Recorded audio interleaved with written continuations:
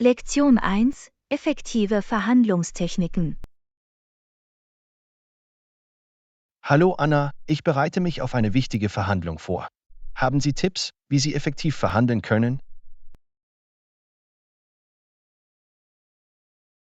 Hallo John. Verhandlungen können eine Herausforderung sein, aber mit den richtigen Techniken können sie erfolgreich sein. Recherchieren Sie zunächst und sammeln Sie alle notwendigen Informationen. Das ist ein gutes Argument. Ich werde sicherstellen, dass alle Fakten und Zahlen zusammengetragen werden, bevor ich mit den Verhandlungen beginne. Was sollte ich sonst noch beachten? Es ist wichtig, die Perspektive der anderen Partei zu verstehen. Versetzen Sie sich in ihre Lage und versuchen Sie, ihre Bedürfnisse und Bedenken vorherzusehen. Es ist sinnvoll, Ihre Perspektive zu verstehen. Auf diese Weise kann ich Gemeinsamkeiten finden und Lösungen vorschlagen, von denen beide Seiten profitieren. Wie sollte ich die Verhandlung beginnen?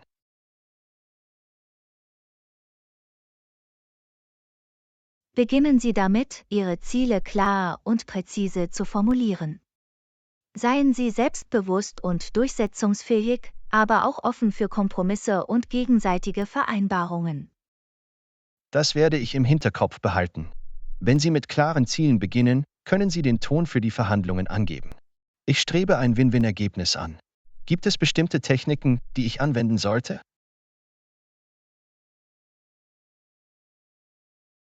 Aktives Zuhören ist entscheidend. Achten Sie darauf, was die andere Partei sagt, und stellen Sie relevante Fragen. Dies zeigt, dass Sie Ihren Beitrag schätzen und bereit sind, Gemeinsamkeiten zu finden. Aktives Zuhören ist eine Fähigkeit, die ich verbessern muss. Ich werde mich bemühen, aufmerksam zuzuhören und durchdachte Fragen zu stellen. Wie kann ich während der Verhandlung für eine positive Atmosphäre sorgen? Achten Sie während der gesamten Verhandlung auf ein professionelles und respektvolles Auftreten. Vermeiden Sie es, defensiv oder konfrontativ zu werden. Konzentrieren Sie sich auf die aktuellen Probleme, nicht auf persönliche Angriffe. Es ist wichtig, eine professionelle und respektvolle Haltung beizubehalten. Ich bleibe ruhig und gelassen, auch wenn es schwierig wird. Wie gehe ich mit Einwänden oder Meinungsverschiedenheiten um?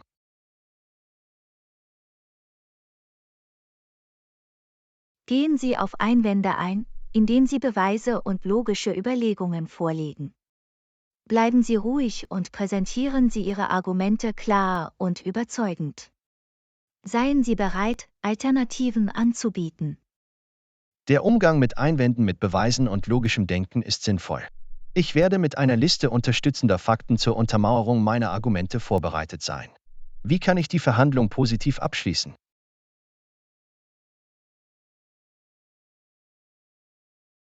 Fassen Sie die vereinbarten Punkte zusammen und stellen Sie sicher, dass ein klares Verständnis der nächsten Schritte besteht.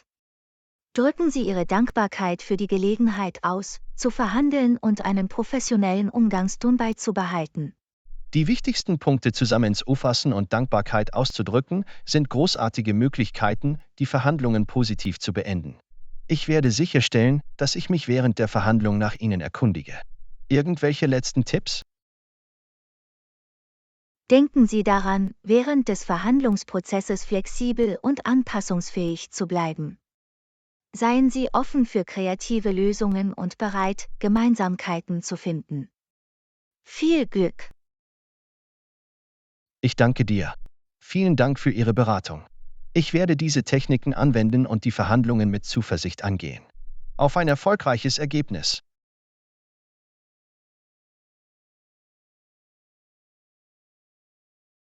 Lektion 2: Selbstzweifel überwinden. Hallo Anna, manchmal zweifle ich an meinen Fähigkeiten. Wie kann ich Selbstzweifel überwinden und mehr an mich glauben? Hallo John. Selbstzweifel sind weit verbreitet, aber denken Sie daran, dass jeder Momente der Unsicherheit hat. Es ist wichtig, dass du deine Fähigkeiten anerkennst und negative Gedanken hinterfragst. Das ist beruhigend zu hören. Ich werde versuchen, mich an meine Stärken und Erfolge zu erinnern, wenn sich Selbstzweifel einschleichen. Wie kann ich aufhören, mich mit anderen zu vergleichen? Konzentriere dich auf deinen eigenen Fortschritt und deine Reise. Ein Vergleich kann sich nachteilig auf das Selbstwertgefühl auswirken.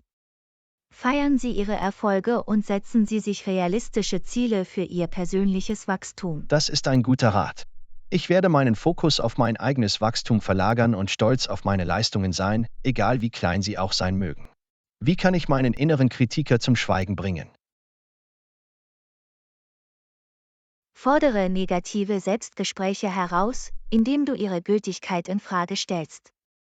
Ersetzen Sie selbstkritische Gedanken durch positive Affirmationen und Erinnerungen an vergangene Erfolge. Ich werde mich bewusst bemühen, meine negativen Gedanken zu hinterfragen und sie durch positive zu ersetzen. Es ist Zeit, netter zu mir selbst zu sein.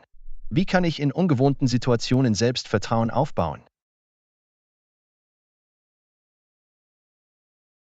Bereiten Sie sich gründlich vor und erwerben Sie die notwendigen Fähigkeiten und Kenntnisse. Übe in einer sicheren Umgebung und erinnere dich daran, dass jeder als Anfänger anfängt. Vorbereitung und Übung sind sinnvoll. Ich sorge dafür, dass ich für ungewohnte Situationen gewappnet bin und denke daran, dass es in Ordnung ist, Anfänger zu sein. Wie kann ich Unterstützung suchen, wenn Selbstzweifel auftauchen?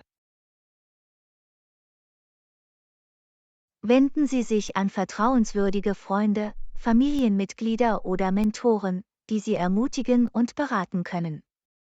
Wenn du deine Bedenken teilst, kann das helfen, Selbstzweifel zu zerstreuen.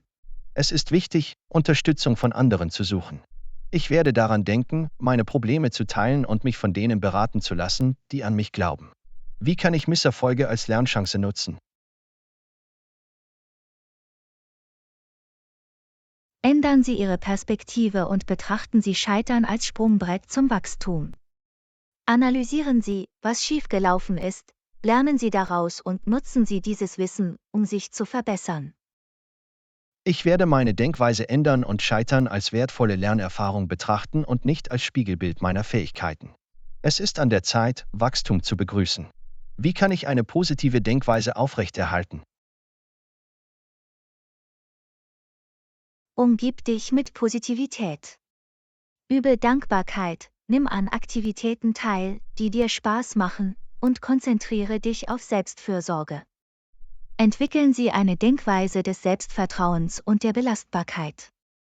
Mich mit Positivität zu umgeben und Dankbarkeit zu üben, sind großartige Möglichkeiten, eine positive Denkweise aufrechtzuerhalten. Ich werde Selbstfürsorge und Selbstvertrauen priorisieren. Wie kann ich motiviert bleiben, wenn Selbstzweifel anhalten? Setzen Sie sich realistische Ziele und teilen Sie sie in überschaubare Schritte auf. Feiere unterwegs kleine Siege und erinnere dich an deine Fortschritte. Tore in kleinere Schritte zu zerlegen und Siege zu feiern, klingt nach einer guten Strategie. Ich bleibe motiviert, indem ich meine Fortschritte anerkenne. Irgendwelche letzten Tipps zur Überwindung von Selbstzweifeln?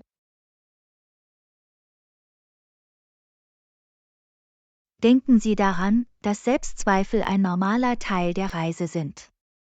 Sei geduldig mit dir selbst, übe Selbstmitgefühl und glaube an dein Potenzial. Du schaffst das. Ich danke dir. Ich schätze Ihre Unterstützung und Anleitung. Ich werde diese Strategien umsetzen und mehr an mich glauben. Auf die Überwindung von Selbstzweifeln.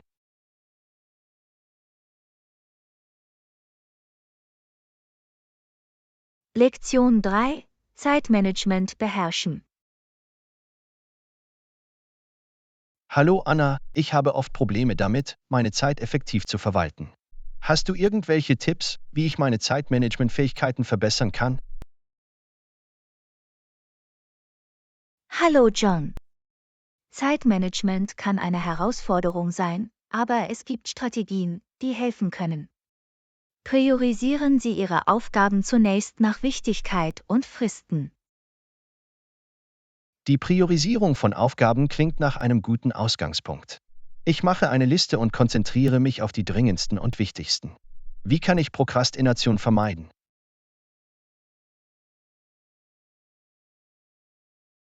Teilen Sie Aufgaben in kleinere, überschaubare Teile auf.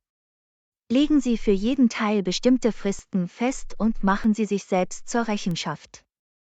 Verwenden Sie Techniken wie die Pomodoro-Technik, um konzentriert zu bleiben. Wenn ich Aufgaben in kleinere Teile unterteile und Termine festlege, kann ich Aufschub vermeiden. Ich werde die Pomodoro-Technik ausprobieren, um konzentriert zu bleiben. Was ist mit Ablenkungen? Minimiere Ablenkungen, indem du ein förderliches Arbeitsumfeld schaffst. Schalten Sie Benachrichtigungen aus, schränken Sie die Nutzung sozialer Medien ein und kommunizieren Sie mit anderen über Grenzen. Die Schaffung einer ablenkungsfreien Arbeitsumgebung ist von entscheidender Bedeutung. Ich schalte Benachrichtigungen aus und teile meine Grenzen mit, um Unterbrechungen zu minimieren. Wie kann ich die Dauer von Aufgaben genau einschätzen?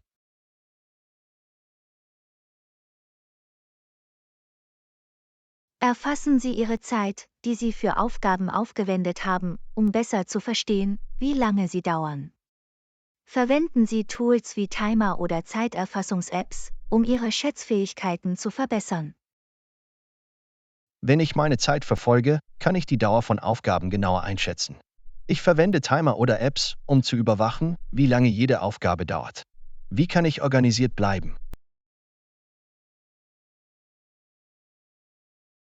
Verwenden Sie einen Planer oder digitalen Kalender, um Ihre Verpflichtungen zu planen und zu verfolgen.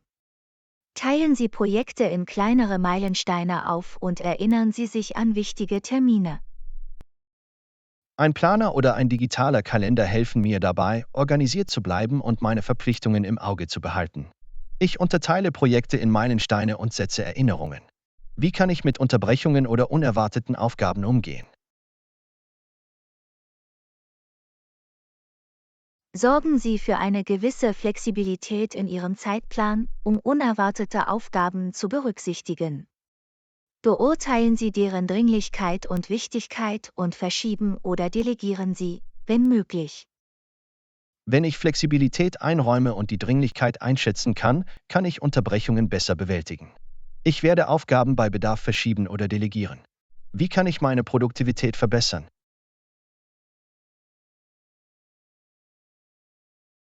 Priorisieren Sie die Selbstpflege und machen Sie regelmäßig Pausen. Übe Achtsamkeit und konzentriere dich auf eine Aufgabe nach der anderen. Delegieren Sie Aufgaben, die von anderen erledigt werden können. Die Priorisierung der Selbstpflege und das Einlegen von Pausen sind für die Produktivität unerlässlich. Ich übe Achtsamkeit und delegiere Aufgaben, wenn es angemessen ist. Wie kann ich aus Fehlern im Zeitmanagement lernen?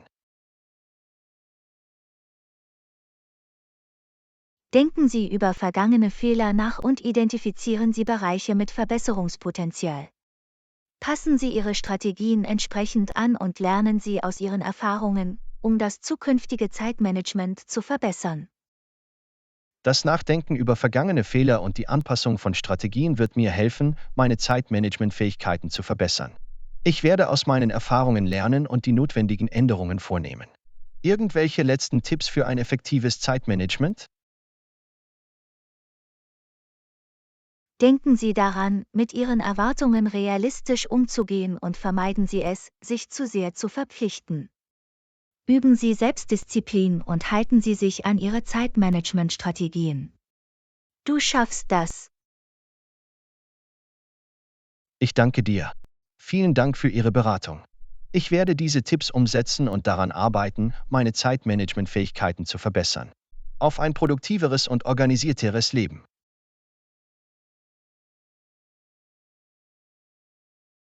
Lektion 4. Die Natur erkunden. Hallo Anna, hast du von Old Swan and Minstermill gehört? Es ist ein hochbewertetes Hotel, umgeben von atemberaubender Natur. Hallo John. Ja, ich habe davon gehört. Die Lage klingt unglaublich. Ich wollte schon immer in einem Hotel übernachten, das eine wunderschöne natürliche Umgebung bietet. Die Oldswan Minster Mill ist perfekt für Naturliebhaber. Es liegt inmitten malerischer Landschaften mit Flüssen, Gärten und Wanderwegen.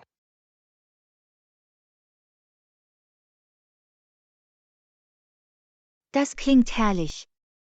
Ich kann mir vorstellen, lange Spaziergänge am Fluss entlang zu machen und die Ruhe der Gärten zu genießen. Welche anderen Aktivitäten kann man dort machen? Neben Wanderwegen bieten sie Aktivitäten wie Angeln, Radfahren und sogar Croquet. Es ist ein großartiger Ort, um sich im Freien zu erholen.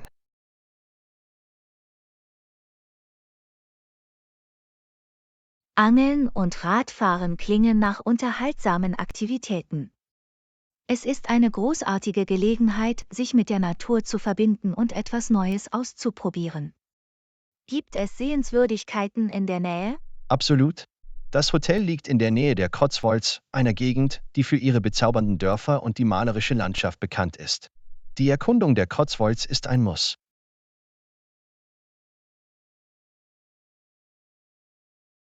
Die Cotswolds zu erkunden klingt faszinierend. Ich habe Bilder von den schönen Steinhäusern und sanften Hügeln gesehen. Es muss ein einzigartiges Erlebnis sein. Das ist es wirklich. Sie können Dörfer wie Burford und Burton-on-the-Water besuchen, die für ihren Charme der alten Welt und ihre traditionelle englische Architektur bekannt sind. Ich habe von Burford und Burton-on-the-Water gehört. Sie sehen aus, als kämen sie direkt aus einem Märchenbuch. Ich würde gerne durch diese malerischen Straßen schlendern. Es ist wie eine Zeitreise in die Vergangenheit. Die Cotswolds bieten auch Möglichkeiten zum Reiten, Picknicken und zum Besuch historischer Stätten.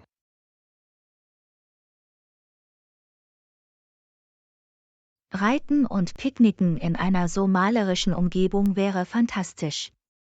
Ich kann mir vorstellen, einen gemütlichen Tag inmitten natürlicher Schönheit zu verbringen. Absolut. Und nach einem erlebnisreichen Tag können Sie im Spa des Hotels entspannen oder eine köstliche Mahlzeit im Restaurant genießen, das mit Zutaten aus der Region zubereitet wird. Das klingt nach der perfekten Art, sich nach einem Tag voller Abenteuer zu entspannen. Eine Spa-Sitzung und eine köstliche Mahlzeit wären das Sahnehäubchen auf einem wunderschönen Tag. In der Tat. Das Oldswan Minster Mill bietet eine einzigartige Mischung aus Natur, Geschichte und Entspannung. Es ist ein ideales Reiseziel für einen erholsamen Kurzurlaub.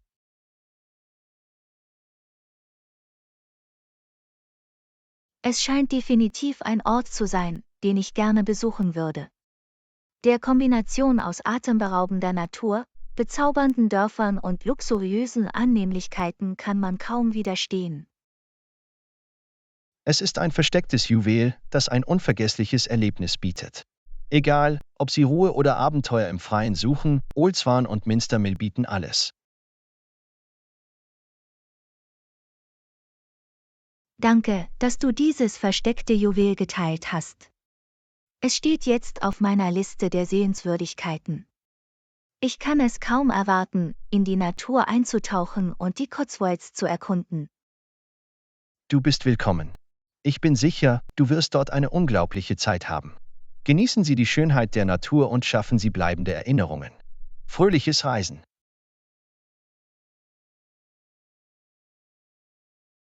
Lektion 5. Kaffeegespräche in einem gemütlichen Café. Hallo Anna, dieses Café hat ein so gemütliches Ambiente. Magst du den Kaffee hier? Hallo John. Die Atmosphäre ist herrlich. Ich habe den Kaffee noch nicht probiert. Hattest du die Gelegenheit, ihn zu probieren? Ja, habe ich. Der Kaffee hier ist außergewöhnlich. Das Aroma und der Geschmack sind wirklich herrlich.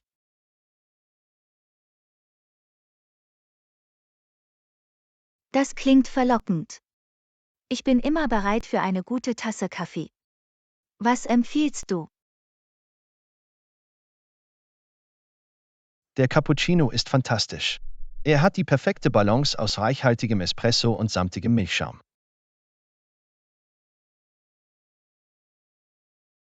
Ich werde den Cappuccino auf jeden Fall ausprobieren. Bieten Sie noch andere Spezialgetränke an? Absolut. Sie haben eine große Auswahl an Getränken, darunter Lattes, Macchiatos und sogar einige einzigartige saisonale Kreationen. Ich schätze die Abwechslung. Es ist schön, Optionen zu haben, die unterschiedlichen Vorlieben entsprechen. Gibt es typische Backwaren oder Leckereien? Ja, sie bieten eine Ausstellung mit frisch gebackenem Gebäck, Kuchen und Keksen. Die Schokoladencroissants sind einfach göttlich. Meine Schwäche sind Schokoladencroissants. Ich kann ihnen nicht widerstehen. Ich gönne mir auf jeden Fall einen zu meinem Kaffee. Es ist eine perfekte Kombination. Das warme, flockige Croissant gepaart mit einer heißen Tasse Kaffee ist pure Glückseligkeit. In der Tat sind es die kleinen Freuden im Leben. Gibt es außer Kaffee und Gebäck noch etwas, das an diesem Kaffee auffällt? Die gemütlichen Sitzbereiche und die sanfte Hintergrundmusik sorgen für ein entspanntes Ambiente. Es ist ein großartiger Ort, um sich zu entspannen und ein Gespräch zu führen. Ich schätze ein Kaffee mit einer angenehmen Atmosphäre. Es ist schön, einen Ort zu haben, an dem man chatten und sich mit anderen verbinden kann. Absolut. Es ist ein Treffpunkt für Freunde, Kollegen und sogar Alleinreisende, die nach einem ruhigen Moment suchen. Das ist wunderbar. Ich mag es, neue Leute kennenzulernen und Gespräche zu führen. Es ist eine großartige Möglichkeit zu lernen und den eigenen Horizont zu erweitern. Ich könnte nicht mehr zustimmen. Gespräche bei einer Tasse Kaffee können aufschlussreich sein und einzigartige Perspektiven bieten. Es ist erstaunlich, wie ein einfaches Getränk Menschen zusammenbringen und interessante Diskussionen auslösen kann. Auf jeden Fall. Kaffee hat die Möglichkeit, Verbindungen herzustellen und ein Gemeinschaftsgefühl zu fördern. Ich freue mich darauf, dieses Gemeinschaftsgefühl zu erleben und hier eine herrliche Tasse Kaffee zu genießen. Ich bin sicher, du wirst eine wundervolle Zeit haben. In diesem Café fühlt sich jeder willkommen und wie zu Hause. Danke, dass du mir diesen bezaubernden Ort vorgestellt hast. Ich freue mich darauf, gemeinsam dieses Kaffeeabenteuer zu beginnen. Du bist willkommen.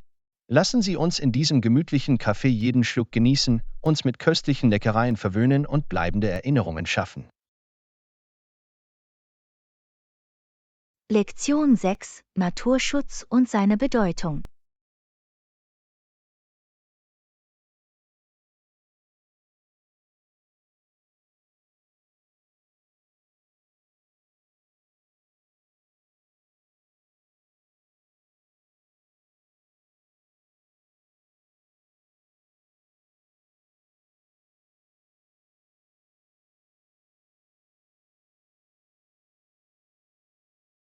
Das ist großartig. Es ist wichtig, dass jüngere Generationen verstehen, wie wichtig es ist, unsere natürlichen Ressourcen zu schützen. Absolut. Sie betonten die Bedeutung nachhaltiger Praktiken und die Auswirkungen menschlicher Aktivitäten auf die Umwelt. Das ist wunderbar zu hören. Es ist wichtig, dass sich jeder seiner Rolle bei der Erhaltung unseres Planeten bewusst ist. Haben Sie irgendwelche spezifischen Maßnahmen erwähnt, die wir ergreifen können? Ja, sie diskutierten über verschiedene Möglichkeiten, zu Naturschutzbemühungen beizutragen. Eine davon ist die Reduzierung unseres CO2-Fußabdrucks durch die Nutzung erneuerbarer Energiequellen. Das ist ein großer Schritt in Richtung Nachhaltigkeit. Es ist wichtig, sauberen Energiealternativen Vorrang einzuräumen, um unsere Auswirkungen auf die Umwelt zu minimieren. Sie erwähnten auch die Bedeutung von Recycling und Abfallminimierung. Kleine Änderungen unserer täglichen Gewohnheiten können einen großen Unterschied machen. Absolut. Recycling und Abfallreduzierung sind einfache, aber effektive Methoden, um Ressourcen zu schonen und die Umweltverschmutzung zu reduzieren. Sie betonten auch, wie wichtig es ist, natürliche Lebensräume zu erhalten. Der Schutz der Ökosysteme sichert das Überleben unzähliger Pflanzen- und Tierarten. Das ist wahr. Biodiversität ist für die Gesundheit unseres Planeten unerlässlich und trägt zum allgemeinen Gleichgewicht der Ökosysteme bei. Sie erwähnten auch, wie wichtig es ist, andere für den Naturschutz zu sensibilisieren und aufzuklären. Die Verbreitung von Wissen kann mehr Menschen zum Handeln inspirieren. Das ist ein entscheidender Aspekt. Indem wir andere aufklären und einbeziehen, können wir uns gemeinsam für eine nachhaltige Zukunft einsetzen.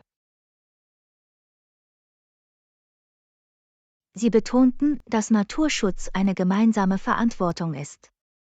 Es erfordert die Teilnahme und das Engagement von Einzelpersonen, Gemeinschaften und Regierungen. Das ist ein wertvoller Punkt. Zusammenarbeit ist entscheidend, wenn es darum geht, effektive Naturschutzstrategien in größerem Maßstab umzusetzen. Sie erwähnten auch die Auswirkungen des Klimawandels auf unsere Umwelt und die Notwendigkeit, sich anzupassen und seine Auswirkungen zu mildern. Der Klimawandel ist in der Tat ein drängendes Problem. Es ist wichtig, nachhaltigen Praktiken Priorität einzuräumen und auf die Reduzierung der Treibhausgasemissionen hinzuarbeiten. Sie ermutigten uns an lokalen Naturschutzprojekten und Organisationen zu beteiligen, um in unseren Gemeinden spürbare Auswirkungen zu erzielen. Das ist fantastisch. Die Teilnahme an Naturschutzinitiativen ermöglicht es uns, aktiv zum Schutz unserer natürlichen Umgebung beizutragen. Insgesamt betonten ihre Lehren, dass jeder Einzelne die Macht hat, durch bewusste Entscheidungen und Handlungen einen positiven Unterschied zu bewirken. Das ist eine starke Botschaft. Es ist inspirierend zu wissen, dass wir alle die Fähigkeit haben, die Umwelt zu schützen und sie für zukünftige Generationen zu schützen. Absolut.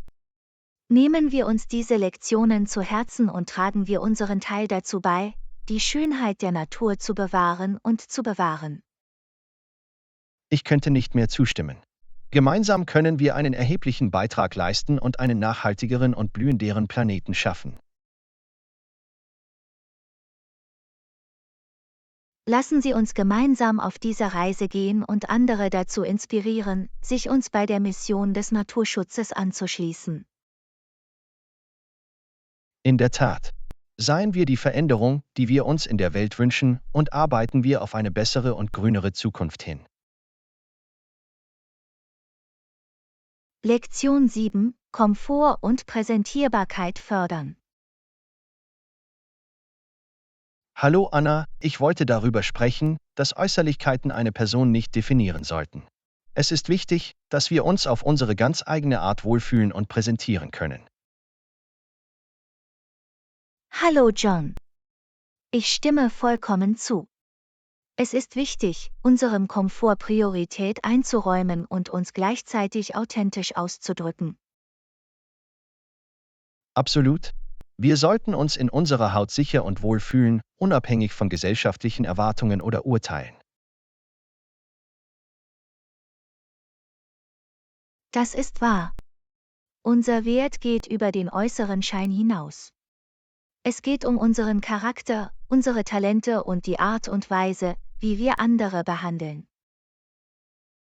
Du hast absolut recht. Es sind unsere Handlungen und Eigenschaften, die uns wirklich definieren, nicht nur unser äußeres Erscheinungsbild. Es ist wichtig, sich so zu kleiden, dass wir uns wohlfühlen und unseren persönlichen Stil widerspiegeln. Vertrauen kommt von innen. Genau. Wenn wir uns so kleiden, dass es unserem authentischen Selbst entspricht, strahlen wir Selbstvertrauen aus und hinterlassen einen positiven Eindruck. Und es geht nicht nur um Kleidung. Repräsentativ zu sein bedeutet auch, auf unsere Körperpflege und Körperpflege zu achten. Das ist ein wichtiger Aspekt. Die Aufrechterhaltung guter Hygiene- und Pflegegewohnheiten zeugt von Respekt vor uns selbst und anderen. Absolut. Es geht darum, unser bestes Ich zu präsentieren und gleichzeitig dem treu zu bleiben, was wir sind. Wir sollten uns in unserer Haut wohl und selbstbewusst fühlen. Gut gesagt. Es geht darum, ein Gleichgewicht zwischen Wohlbefinden und dem Bemühen zu finden, uns gut zu präsentieren.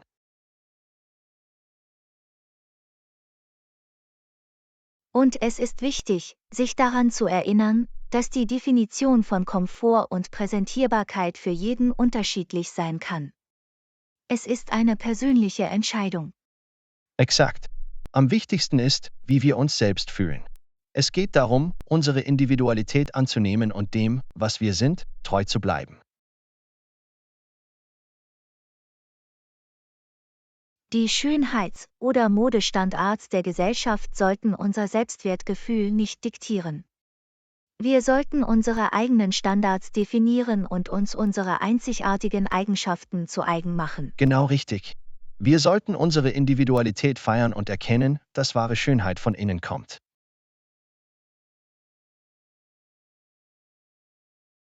Absolut. Wenn wir uns darauf konzentrieren, unseren Charakter zu entwickeln und andere mit Freundlichkeit zu behandeln, dann erstrahlt unsere wahre Schönheit. Gut gesagt. Denken wir daran, uns in unserer Haut wohl zu fühlen, uns authentisch auszudrücken und unseren Wert über den Schein hinaus zu definieren. In der Tat. Lassen Sie uns unsere Einzigartigkeit annehmen, unserem Komfort Priorität einräumen und Selbstvertrauen von innen heraus ausstrahlen. Prost darauf. Es geht darum, unser wahres Ich anzunehmen, uns wohl und vorzeigbar zu fühlen und andere dazu zu inspirieren, dasselbe zu tun. Lektion 8. Eine Trainingsroutine starten. Hallo Anna, ich habe darüber nachgedacht, eine Trainingsroutine zu beginnen. Ich möchte mit 3 Tagen in der Woche beginnen und sie schrittweise auf 5 erhöhen. Was denkst du?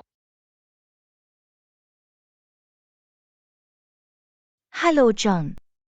Das klingt nach einem großartigen Plan. Es ist ein kluger Ansatz, schrittweise zu beginnen und Ihre Trainingsfrequenz schrittweise zu erhöhen. Ich stimme zu. Es ist wichtig, auf unseren Körper zu hören und uns am Anfang nicht zu sehr anzustrengen. Konsistenz ist der Schlüssel.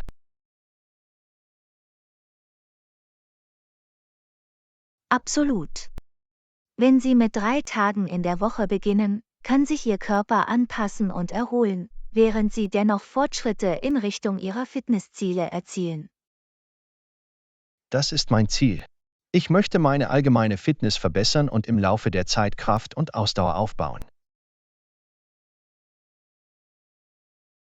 Das ist fantastisch. Denken Sie daran, eine Mischung aus Herz-Kreislauf-Übungen, Krafttraining und Flexibilitätsübungen in Ihre Routine aufzunehmen.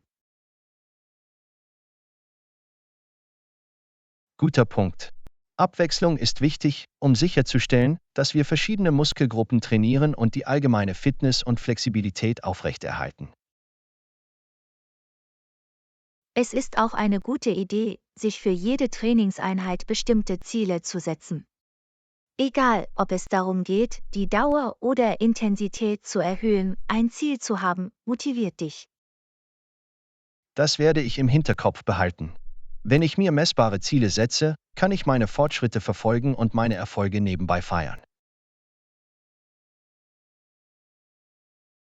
Und vergessen Sie nicht, wie wichtig eine richtige Ernährung und Flüssigkeitszufuhr ist.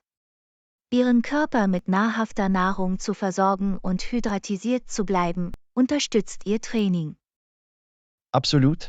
Eine ausgewogene Ernährung und eine ausreichende Flüssigkeitszufuhr liefern die Energie, die ich benötige, um während des Trainings meine besten Leistungen zu erbringen. Es ist auch wichtig, auf Ihren Körper zu hören und sich Ruhetage zu gönnen. Ruhe und Erholung sind genauso wichtig wie das Training selbst. Du hast recht. Ruhe ermöglicht es unseren Muskeln, sich zu reparieren und stärker zu werden. Es ist ein entscheidender Teil der Fitnessreise.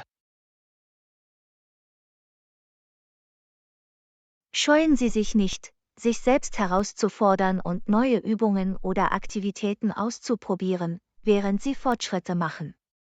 Sorgen Sie dafür, dass Ihr Training spannend und unterhaltsam ist. Das ist ein toller Tipp. Das Ausprobieren neuer Dinge hält die Trainingsroutine spannend und beugt Langeweile oder Plateaus vor.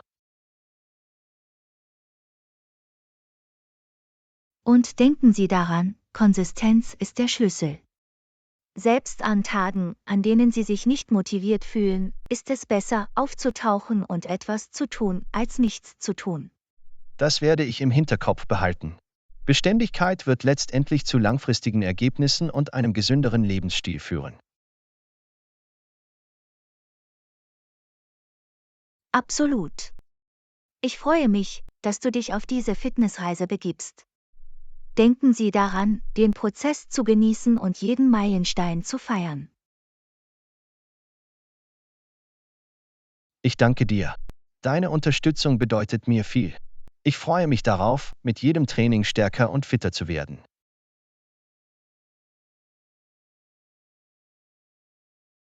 Du schaffst das. Ich werde hier sein und dich bei jedem Schritt des Weges anfeuern. Auf eine erfolgreiche und erfüllende Fitnessreise. Ich danke dir. Ihre Ermutigung ist motivierend. Auf eine gesündere, stärkere und energiereichere Version von mir.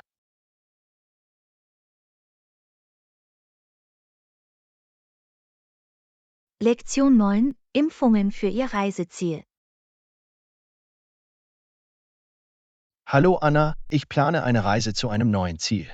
Ich möchte sicher gehen, dass ich die Reisebestimmungen und alle notwendigen Impfungen kenne. Irgendwelche Ratschläge?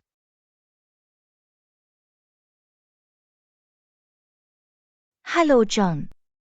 Das ist aufregend. Es ist immer wichtig, sich vor Reiseantritt über die spezifischen Anforderungen Ihres Reiseziels zu informieren. Absolut. Ich möchte keine Überraschungen oder Komplikationen während meiner Reise haben. Es ist wichtig, vorbereitet zu sein.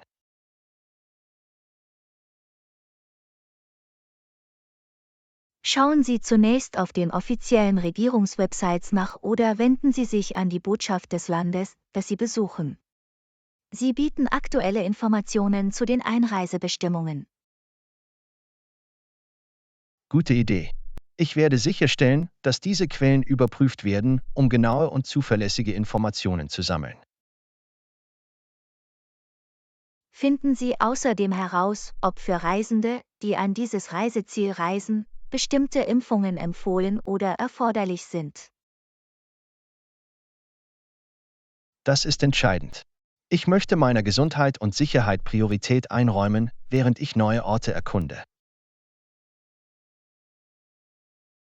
Konsultieren Sie Ihren Arzt oder eine Reiseklinik, um sicherzustellen, dass Sie über Routineimpfungen und spezifische Reiseimpfungen auf dem Laufenden sind. Das mache ich auf jeden Fall. Es ist wichtig, die notwendigen Maßnahmen zu ergreifen, um mich und andere zu schützen. Erwägen Sie auch den Abschluss einer Reiseversicherung, die die Krankheitskosten abdeckt. Es ist besser, auf unvorhergesehene Situationen vorbereitet zu sein. Du hast recht. Eine Reiseversicherung bietet Sicherheit und stellt sicher, dass ich bei medizinischen Notfällen Unterstützung habe.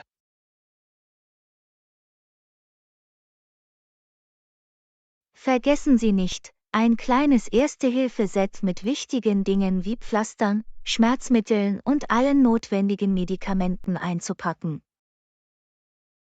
Das ist eine gute Erinnerung. Es ist immer ratsam, grundlegende medizinische Vorräte zur Hand zu haben, nur für alle Fälle.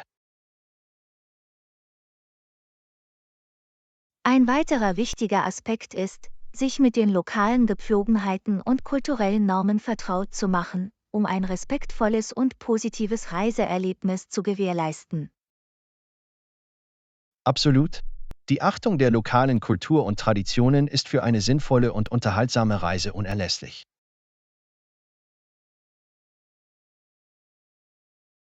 Bleiben Sie abschließend über alle Reisehinweise oder Warnungen für Ihr Reiseziel auf dem Laufenden. Es ist wichtig, dass Sie Ihrer Sicherheit jederzeit Priorität einräumen. Das werde ich im Hinterkopf behalten. Sicherheit hat für mich oberste Priorität und ich werde sicherstellen, dass ich über alle Reisehinweise auf dem Laufenden bleibe. Großartig! Mit sorgfältiger Planung und Vorbereitung wird Ihre Reise reibungslos und unvergesslich sein. Genieße dein Reiseabenteuer. Ich danke dir. Ich schätze Ihre Anleitung und wünsche Ihnen alles Gute. Ich freue mich darauf, diese neue Reise mit Zuversicht und Wissen anzutreten.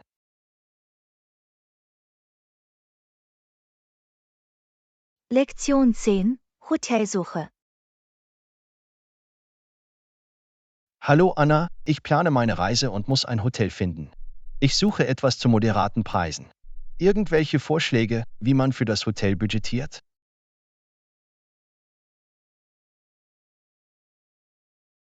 Hallo John. Die Suche nach einem günstigen Hotel ist eine clevere Möglichkeit, Ihre Reisekosten zu verwalten. Lassen Sie uns einige Optionen untersuchen. Danke. Ich möchte ein Gleichgewicht zwischen Komfort und Erschwinglichkeit finden. Irgendwelche Tipps, wo ich mit meiner Suche beginnen soll?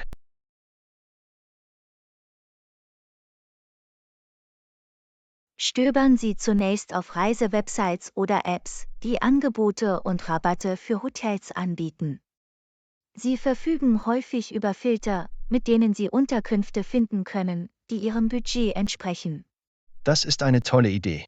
Ich werde sicherstellen, dass ich diese Filter verwende, um meine Optionen einzugrenzen.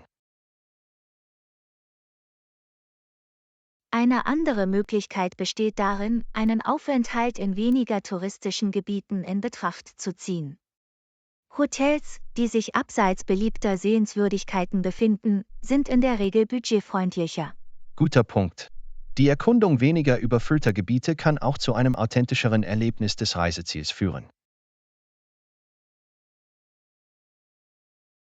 Vergessen Sie nicht, Bewertungen von Hotels zu lesen, bevor Sie eine Reservierung vornehmen. Dies gibt Ihnen eine Vorstellung von der Qualität und dem Service, den sie bieten. Absolut. Bewertungen können wertvolle Erkenntnisse liefern und mir helfen, eine fundierte Entscheidung zu treffen. Erwägen Sie, direkt auf der Website des Hotels zu buchen oder das Hotel direkt anzurufen. Manchmal bieten sie Sonderangebote oder Rabatte an, die anderswo nicht verfügbar sind. Das werde ich im Hinterkopf behalten. Direktbuchungen könnten mir etwas mehr Geld sparen und mehr Flexibilität bieten.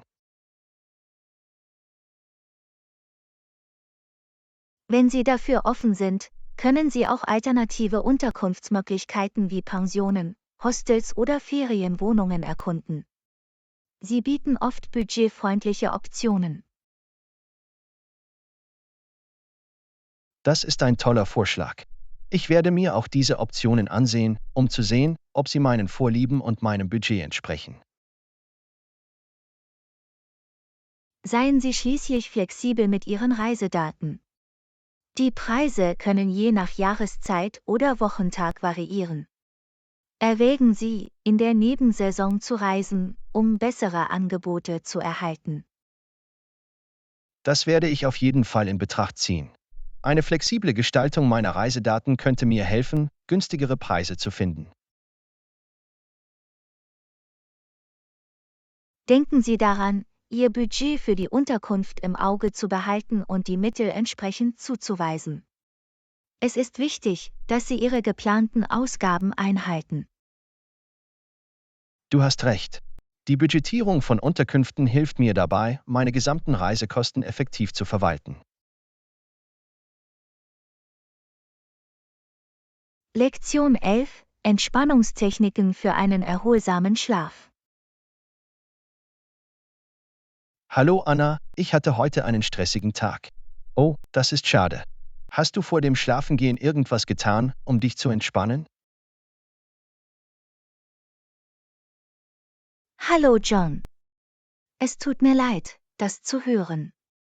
Entspannung vor dem Schlafengehen ist für einen erholsamen Schlaf unerlässlich. Lassen Sie uns einige Techniken untersuchen. Danke. Ich könnte wirklich etwas Entspannung gebrauchen, um abzuschalten und neue Energie zu tanken. Was schlägst du vor?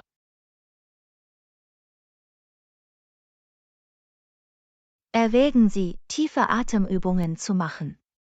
Atmen Sie langsam durch die Nase ein, halten Sie sie einige Sekunden lang gedrückt und atmen Sie durch den Mund aus. Es kann helfen, deinen Geist zu beruhigen und deinen Körper zu entspannen. Das klingt einfach und doch effektiv. Ich werde es heute Abend ausprobieren und sehen, ob es mir hilft, mich zu entspannen. Eine andere Technik ist die progressive Muskelentspannung. Spannen Sie zunächst jede Muskelgruppe in Ihrem Körper an und lassen Sie sie dann los, von den Zehen bis zum Kopf. Es fördert die körperliche und geistige Entspannung. Ich habe schon einmal von dieser Technik gehört, aber ich habe sie nie ausprobiert. Ich werde es heute Abend auf jeden Fall ausprobieren. Wenn Sie eine Schlafenszeitroutine erstellen, können Sie Ihrem Körper auch signalisieren, dass es Zeit ist, sich zu entspannen. Erwägen Sie Aktivitäten wie das Lesen eines Buches, das Hören beruhigender Musik oder ein warmes Bad. Das sind großartige Vorschläge. Ich werde versuchen, einige dieser Aktivitäten in meine nächtliche Routine zu integrieren. Die Begrenzung der Bildschirmeinwirkung vor dem Schlafengehen ist ebenfalls von entscheidender Bedeutung. Das blaue Licht, das von Geräten ausgestrahlt wird, kann Ihren Schlaf stören. Versuche stattdessen, ein physisches Buch Ich zu werde lesen. dafür sorgen, dass mein Handy vom Bett ferngehalten wird. Ein Buch zu lesen klingt nach einer besseren Art, sich zu entspannen. Die Schaffung einer angenehmen Schlafumgebung ist ebenfalls wichtig. Stellen Sie sicher, dass Ihr Schlafzimmer kühl, dunkel und ruhig ist.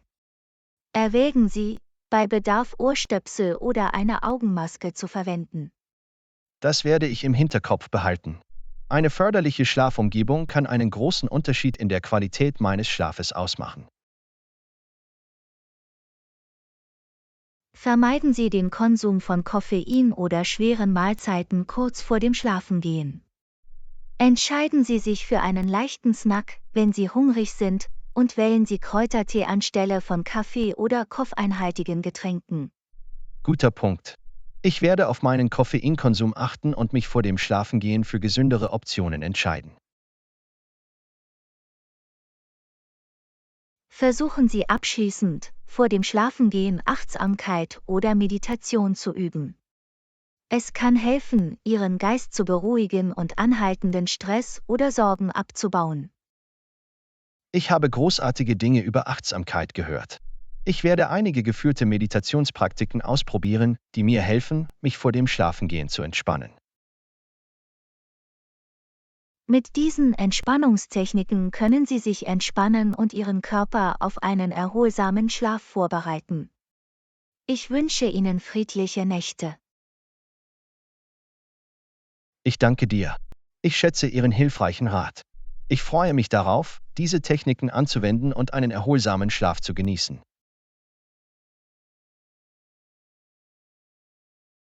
Lektion 12: Soziale Medien und Fotos teilen. Hallo Anna, hast du die Fotos gesehen, die ich heute in den sozialen Medien gepostet habe?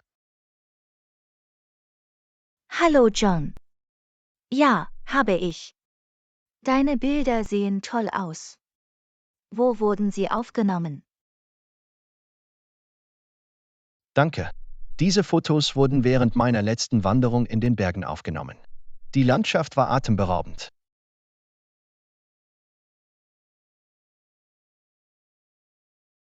Wow, die Berge sehen umwerfend aus. Ich liebe es, wie du die natürliche Schönheit eingefangen hast. Es muss eine unglaubliche Erfahrung gewesen sein. Das war es wirklich. Umgeben von der Pracht der Natur war erfrischend und verjüngend. Ich freue mich, dass ich es durch meine Fotos teilen konnte.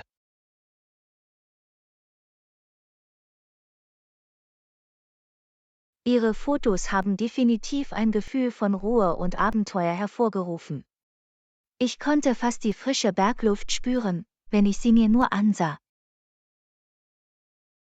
Ich bin begeistert, dass die Fotos die Essenz des Erlebnisses vermittelt haben. Ich wollte Menschen in die Berge entführen, wenn auch nur für einen Moment.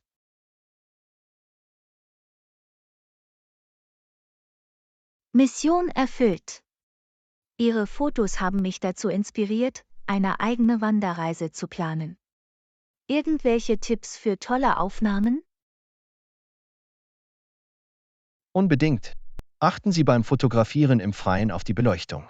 Die goldene Stunde, die Zeit kurz nach Sonnenaufgang oder vor Sonnenuntergang, sorgt für weiches und warmes Licht für schöne Bilder.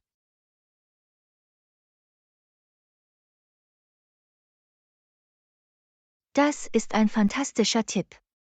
Ich werde sicherstellen, dass meine Fotoshootings während der goldenen Stunde stattfinden, um die natürliche Schönheit noch besser zur Geltung zu bringen.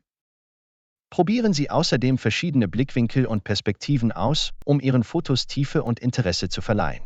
Experimentieren Sie mit verschiedenen Kompositionen und Rahmentechniken. Das werde ich im Hinterkopf behalten. Es ist wichtig, kreativ zu werden und um die Ecke zu denken, wenn es darum geht, unvergessliche Momente festzuhalten. Vergessen Sie nicht, Ihre Fotos zu bearbeiten, bevor Sie sie teilen. Einfache Anpassungen wie Helligkeit, Kontrast und Sättigung können einen erheblichen Unterschied ausmachen. Ich freue mich, dass du die Bearbeitung erwähnt hast. Ich übersehe diesen Schritt oft.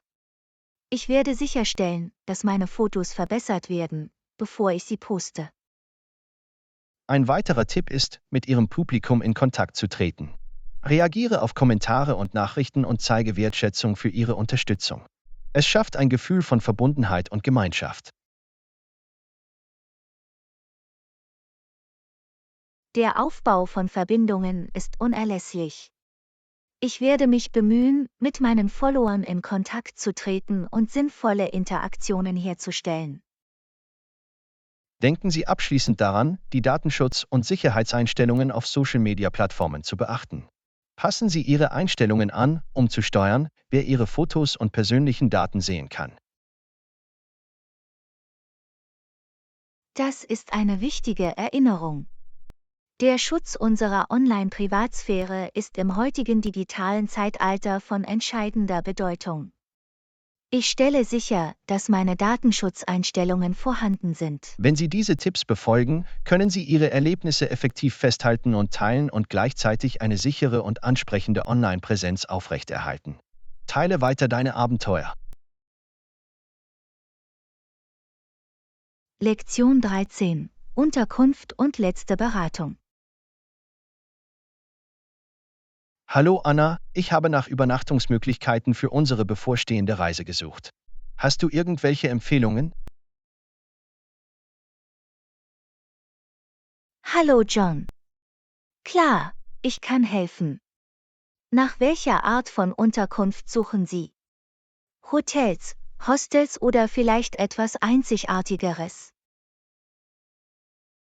Ich bin offen für verschiedene Optionen. Komfort und Bequemlichkeit sind wichtig. Irgendwelche Vorschläge, um die besten Angebote zu finden? Eine Möglichkeit, tolle Angebote zu finden, besteht darin, die Preise auf verschiedenen Buchungswebsites zu vergleichen. Websites wie Booking.com und Airbnb bieten eine Vielzahl von Optionen. Das ist eine gute Idee. Ich werde sicherstellen, dass ich Preise vergleiche und Bewertungen lese, um eine fundierte Entscheidung zu treffen. Eine andere Möglichkeit besteht darin, einen Aufenthalt in einer örtlichen Pension oder einem Bed and Breakfast in Betracht zu ziehen. Es kann ein authentischeres Erlebnis bieten und die Möglichkeit bieten, mit Einheimischen zu Ein interagieren. Aufenthalt in einer Pension klingt interessant. Es wäre schön, die lokale Kultur aus erster Hand zu erleben. Auf jeden Fall. Außerdem bieten Gästehäuser oft persönlichen Service und Insider-Tipps zu lokalen Attraktionen und versteckten Juwelen. Das ist ein großer Vorteil. Ich erwäge, ein Gästehaus zu buchen, um das Beste aus unserer Reise herauszuholen. Haben Sie zum Schluss noch einen Rat, um ein reibungsloses und angenehmes Reiseerlebnis zu gewährleisten? Packen Sie leicht und intelligent.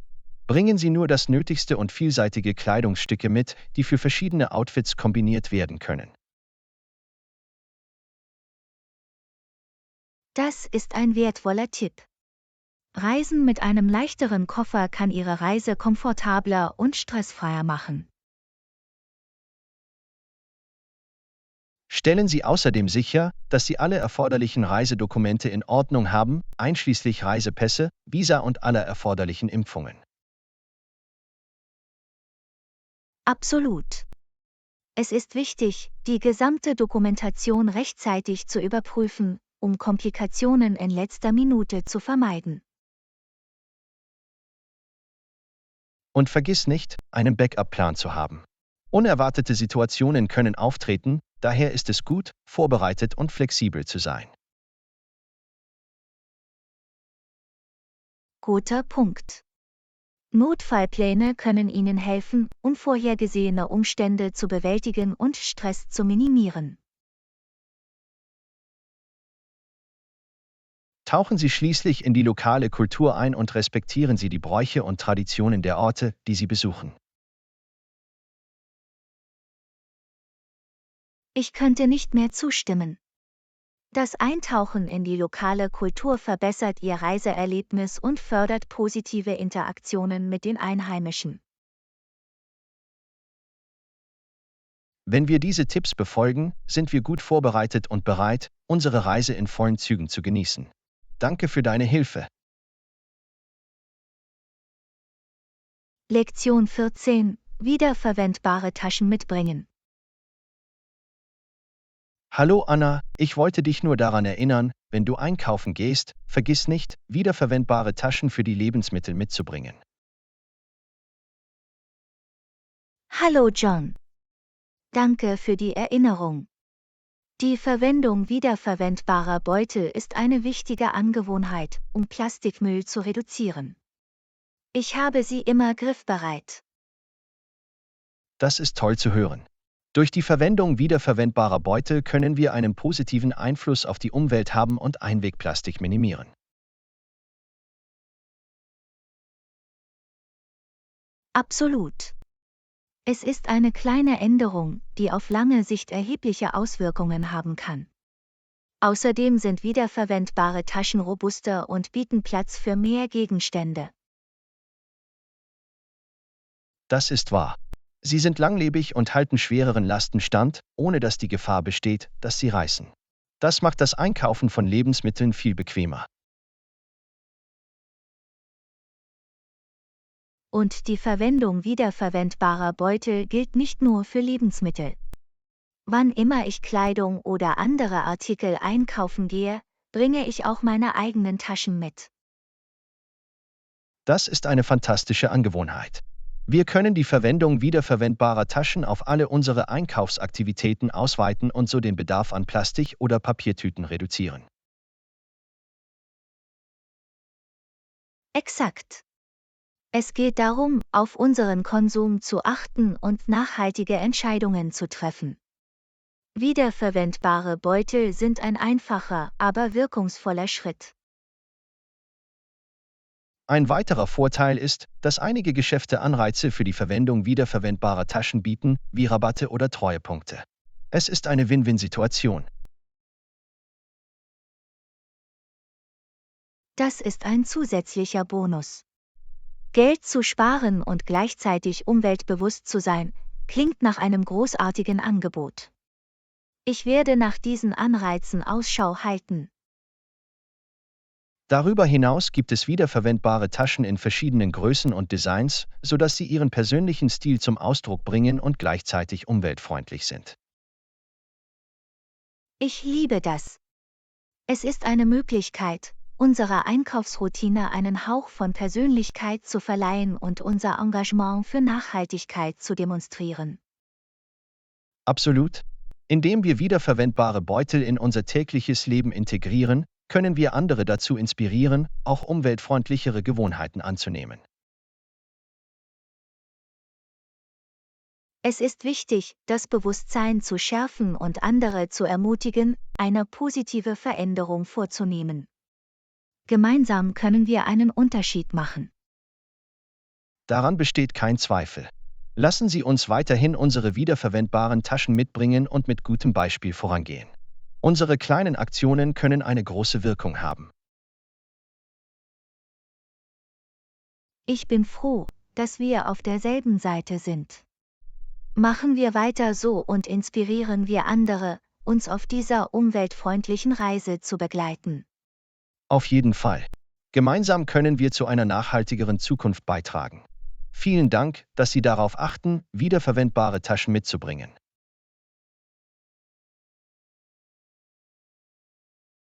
Lektion 15: Lebensmittel einkaufen. Hallo Anna, hast du jemals in diesem neuen Lebensmittelgeschäft in der Stadt eingekauft? Hallo John. Ja, habe ich. Sie haben eine große Auswahl und qualitativ hochwertige Produkte.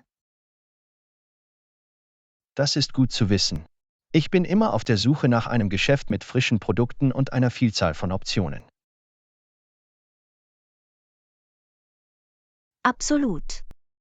Dieses Geschäft bietet auch eine große Auswahl an Obst, Gemüse und Bioprodukten. Das ist fantastisch. Ich kaufe lieber Bio, wann immer es möglich ist.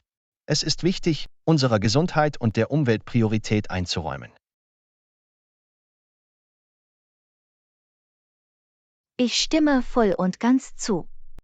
Bio-Lebensmittel sind frei von schädlichen Pestiziden und fördern nachhaltige Anbaumethoden.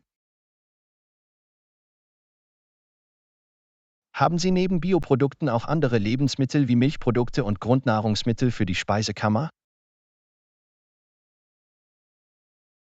Ja, das tun sie. Sie haben eine gut sortierte Molkereiabteilung mit einer Vielzahl von Milch, Käse und Joghurtoptionen. Und in ihrer Speisekammer gibt es alles, von Nudeln bis hin zu Gewürzen. Das ist praktisch. Es ist schön, alles an einem Ort zu haben, anstatt in mehrere Geschäfte zu gehen. Auf jeden Fall. Das spart Zeit und macht den Einkauf von Lebensmitteln effizienter. Stellen Sie übrigens Papier- oder Plastiktüten an der Kasse zur Verfügung. Nein, sie ermutigen die Kunden tatsächlich, ihre eigenen wiederverwendbaren Taschen mitzubringen. Dies ist Teil ihres Engagements zur Reduzierung von Plastikmüll. Das ist toll zu hören. Ich habe versucht, umweltbewusster zu sein, und die Verwendung wiederverwendbarer Beutel ist eine kleine, aber wirkungsvolle Änderung.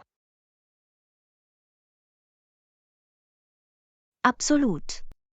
Jeder kleine Schritt zählt, wenn es darum geht, unseren Planeten zu schützen. Ich werde sicherstellen, dass ich meine wiederverwendbaren Taschen mitbringen werde, wenn ich das nächste Mal dort einkaufen gehe. Danke für die Warnung. Du bist willkommen. Es ist wichtig, das Bewusstsein zu schärfen und nachhaltige Praktiken zu fördern. Auf jeden Fall. Tragen wir unseren Teil dazu bei, etwas Positives zu bewirken. Danke für die Information.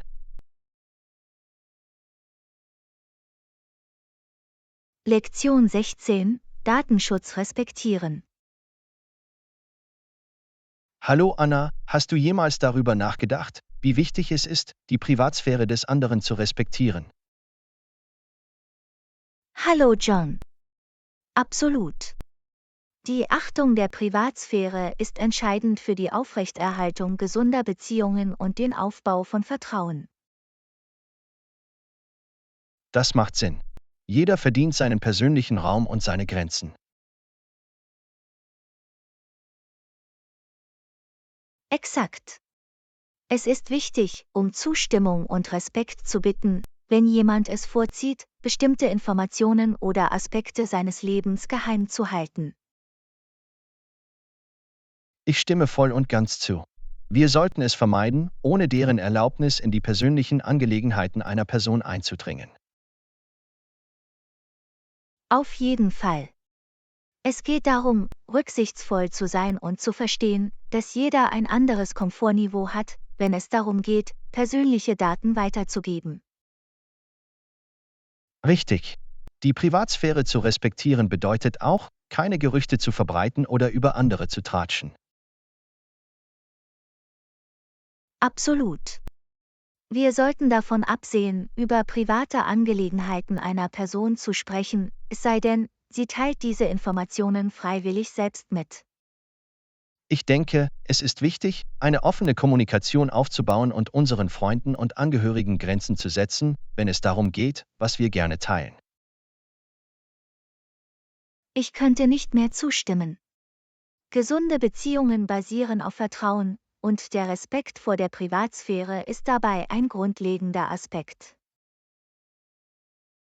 Neben persönlichen Angelegenheiten erstreckt sich der Datenschutz auch auf digitale Räume und Online-Interaktionen. Du hast absolut recht. Es ist wichtig, unsere Online-Privatsphäre zu schützen, indem wir vorsichtig mit den Informationen umgehen, die wir weitergeben, und sicherstellen, dass unsere Online-Konten sicher sind.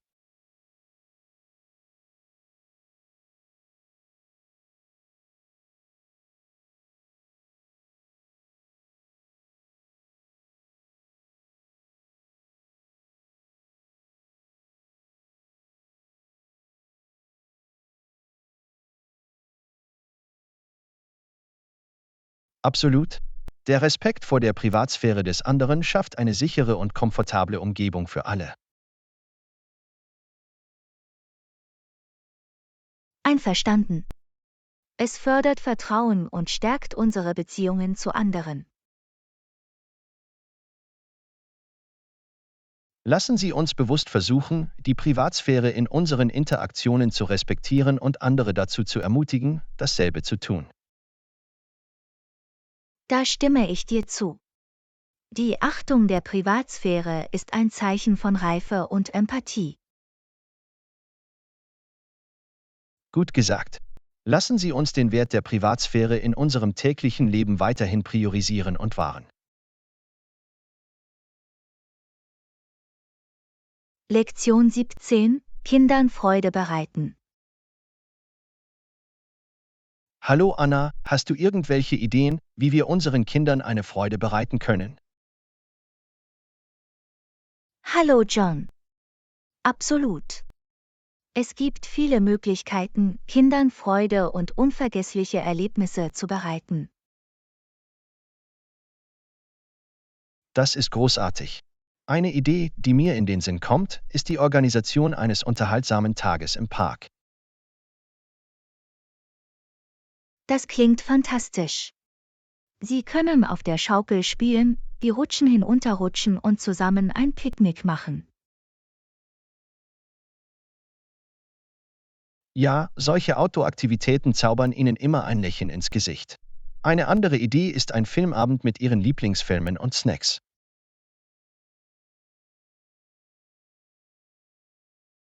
Das ist eine tolle Idee.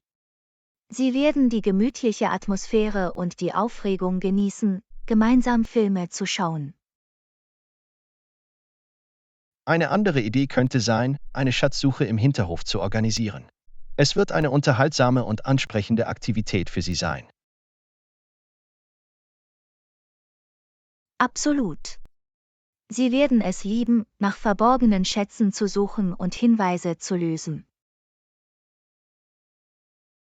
Wie wäre es, mit ihnen Kekse oder Cupcakes zu backen? Es ist eine großartige Möglichkeit, sich zu verbinden und gemeinsam köstliche Leckereien zu kreieren. Das ist eine wunderbare Idee. Sie werden Spaß daran haben, Zutaten zu mischen und die Backwaren zu dekorieren. Wie wäre es mit einem Familienspielabend? Wir können Brett- oder Kartenspiele spielen, was zu einem freundschaftlichen Wettbewerb und viel Gelächter führt. Ich liebe diese Idee. Es ist eine perfekte Gelegenheit, um Zeit miteinander zu verbringen und bleibende Erinnerungen zu schaffen. Wir können auch einen Tagesausflug in einen nahegelegenen Zoo oder Vergnügungspark planen. Sie werden begeistert sein, Tiere zu sehen oder spannende Fahrten zu genießen. Das klingt unglaublich. Neue Orte zu erkunden und neue Erfahrungen zu machen, ist für Kinder immer aufregend. Und vergessen wir nicht die Macht des Geschichtenerzählens. Ihnen Ihre Lieblingsbücher vorzulesen oder unsere eigenen Geschichten zu kreieren, kann Ihre Fantasie anregen. Absolut. Geschichten haben die Fähigkeit, Kinder in magische Welten zu entführen und ihre Kreativität anzuregen. Schließlich können wir ein kleines Kunstprojekt organisieren, bei dem Sie malen, zeichnen oder basteln können. Es wird Ihrer Kreativität freien Lauf lassen. Ich liebe diese Idee. Kunstprojekte ermöglichen es ihnen, sich auszudrücken und Spaß mit Farben und Materialien zu haben. Diese Ideen werden sicherlich Freude bereiten und schöne Erinnerungen für unsere Kinder schaffen. Ich könnte nicht mehr zustimmen. Bemühen wir uns, Glück in ihr Leben zu bringen und diese Momente zu schätzen. Absolut. Ihr Lächeln und Lachen zu sehen, ist die größte Belohnung. Lass es uns geschehen lassen.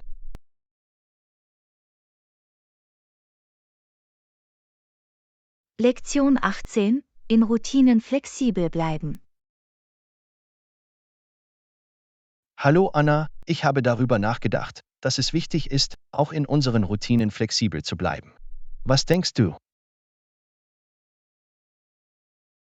Hallo John.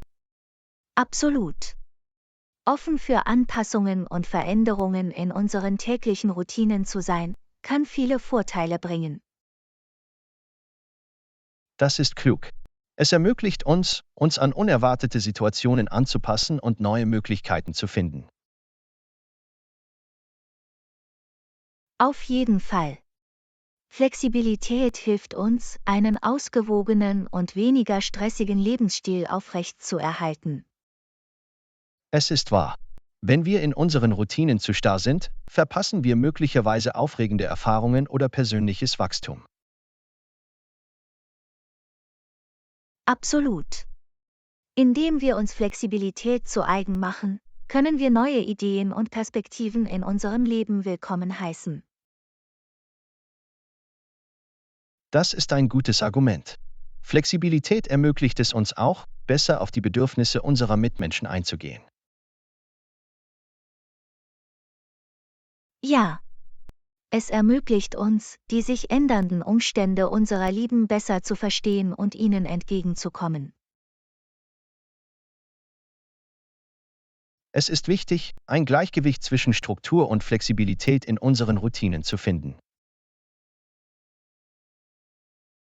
Ich stimme voll und ganz zu. Eine grundlegende Struktur sorgt für Stabilität, während Flexibilität Spontanität und Wachstum ermöglicht.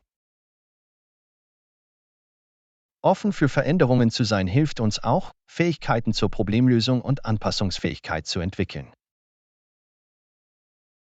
Absolut. Es fördert die Widerstandsfähigkeit und die Fähigkeit, die Herausforderungen des Lebens zu meistern. Flexibilität in Routinen kann auch zu mehr Kreativität und Innovation führen. Das ist wahr. Sich von einer starren Routine zu lösen, kann zu neuen Ideen und Ansätzen führen.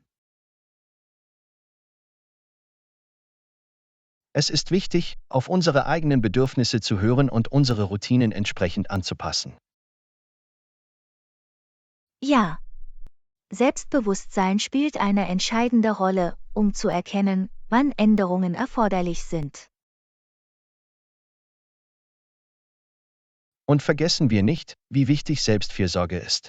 Flexibilität ermöglicht es uns, unserem Wohlbefinden Priorität einzuräumen. Absolut. Es ist wichtig, sich Zeit für Entspannung, Hobbys und Aktivitäten zu nehmen, die uns Freude bereiten. Flexibilität in den Routinen kann uns auch helfen, eine bessere Work-Life-Balance zu finden. Das ist richtig. Es ermöglicht uns, Zeit für Arbeit, Familie und persönliche Interessen effektiver einzusetzen. Insgesamt ermöglicht es uns, ein erfüllteres und dynamischeres Leben zu führen, wenn wir in unseren Routinen flexibel bleiben. Ich könnte nicht mehr zustimmen. Lassen Sie uns Flexibilität begrüßen und die damit verbundenen Möglichkeiten begrüßen. Absolut. Es geht darum, die richtige Balance zu finden und offen für die sich ständig verändernde Natur des Lebens zu sein. Lassen Sie uns versuchen, flexibel und anpassungsfähig zu bleiben, um eine bereicherndere und lebendigere Reise zu gestalten. Gut gesagt. Auf ein flexibles und erfülltes Leben.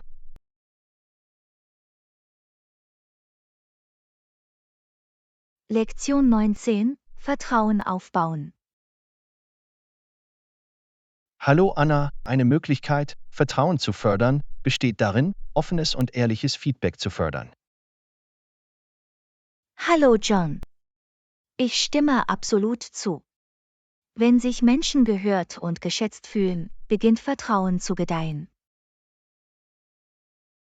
Exakt. Es ist wichtig, eine Umgebung zu schaffen, in der sich jeder wohlfühlt, wenn er seine Gedanken teilt. Indem wir aktiv zuhören und verschiedene Perspektiven berücksichtigen, können wir Vertrauen aufbauen und Beziehungen stärken. Ich könnte nicht mehr zustimmen. Konstruktives Feedback ist entscheidend für das persönliche und berufliche Wachstum. Es hilft uns, Bereiche zu identifizieren, in denen wir uns verbessern können, und fördert kontinuierliches Lernen und Entwickeln. Das ist richtig. Wenn wir Feedback geben, ist es wichtig, dass wir uns auf das Verhalten oder die Handlung konzentrieren und nicht auf die Person. Absolut. Indem wir das Verhalten vom Individuum trennen, fördern wir ein positiveres und produktiveres Gespräch. Darüber hinaus ist es wichtig, spezifisch zu sein und Beispiele zu nennen, wenn Sie Feedback geben. Das macht es umsetzbarer.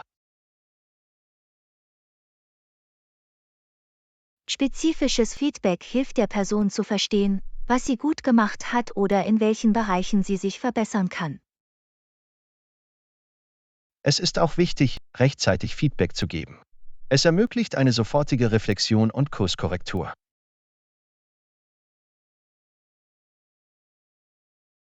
Ja, verzögertes Feedback hat möglicherweise nicht die gleiche Wirkung oder Relevanz.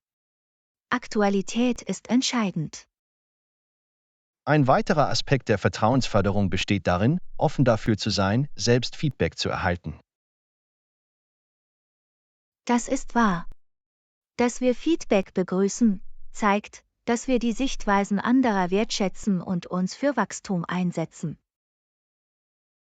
Es ist wichtig, aufmerksam zuzuhören, ohne das erhaltene Feedback defensiv oder ablehnend zu behandeln. Aktives Zuhören zeugt von Respekt und schafft einen sicheren Raum für offene und ehrliche Kommunikation. Exakt. Wenn wir aktiv zuhören, zeigen wir, dass wir den Beitrag der anderen Person schätzen und bereit sind, zu lernen. Darüber hinaus hilft es, das Feedback, das wir erhalten, anzuerkennen und zu schätzen, um Vertrauen und Beziehungen aufzubauen. Absolut. Dankbarkeit zeigt, dass wir die Mühe und den Mut schätzen, die erforderlich sind, um Feedback zu geben. Vertrauen ist eine Grundlage für starke persönliche und berufliche Beziehungen. Indem wir offenes und ehrliches Feedback fördern, schaffen wir ein Umfeld, das Vertrauen und Wachstum fördert. Vertrauen ermöglicht Zusammenarbeit, Innovation und den Aufbau starker Teams. Es ist ein kontinuierlicher Prozess, der Anstrengung und Engagement von allen Beteiligten erfordert. Durch offene Kommunikation und die Bereitschaft, Feedback zu geben und zu erhalten, können wir Vertrauen stärken und Großes erreichen. Ich stimme zu. Vertrauen aufzubauen braucht Zeit, aber es ist eine lohnende Investition in jede Beziehung oder Organisation. Vertrauen ist das Fundament sinnvoller Verbindungen und fördert das Gefühl der Zugehörigkeit und der gegenseitigen Unterstützung. Lassen Sie uns weiterhin offenes und ehrliches Feedback in unseren Interaktionen fördern und beobachten, wie Vertrauen gedeiht.